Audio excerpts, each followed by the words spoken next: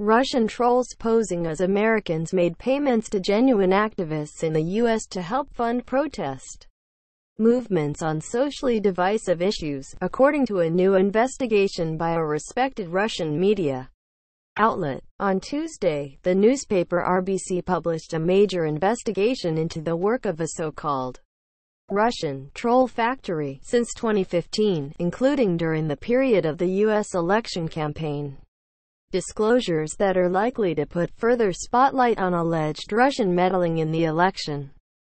How Russia used social media to divide Americans. Read more. The existence of the troll factory, which has a history of spamming Russian and English blogs and comment forums, has been reported on by many outlets including The Guardian, but the RBC investigation is the first in detail look at the organization's activity during the election period.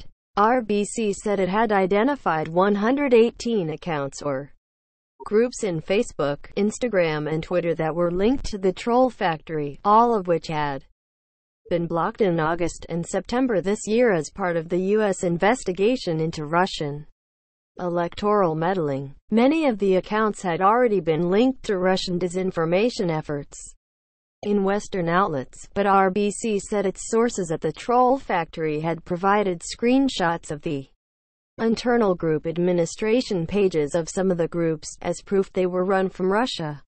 It also spoke to former and current employees of the troll factory, all of whom spoke anonymously.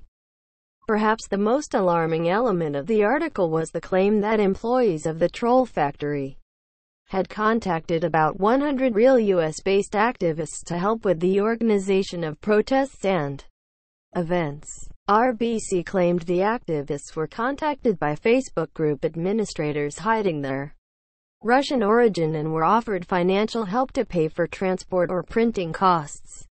About $80,000 was spent during a 2-year period, according to the report. The main topics covered by the groups run from Russia were race relations, Texan independence, and gun rights. RBC counted 16 groups relating to the Black Lives Matter campaign and other race issues that had a total of 1.2 million subscribers. The biggest group was entitled Blacktivist and reportedly had more than 350,000 likes. At its peak last month, CNN also reported that U.S. authorities believed the Blacktivist Facebook group and Twitter account were the work of Russian imposters.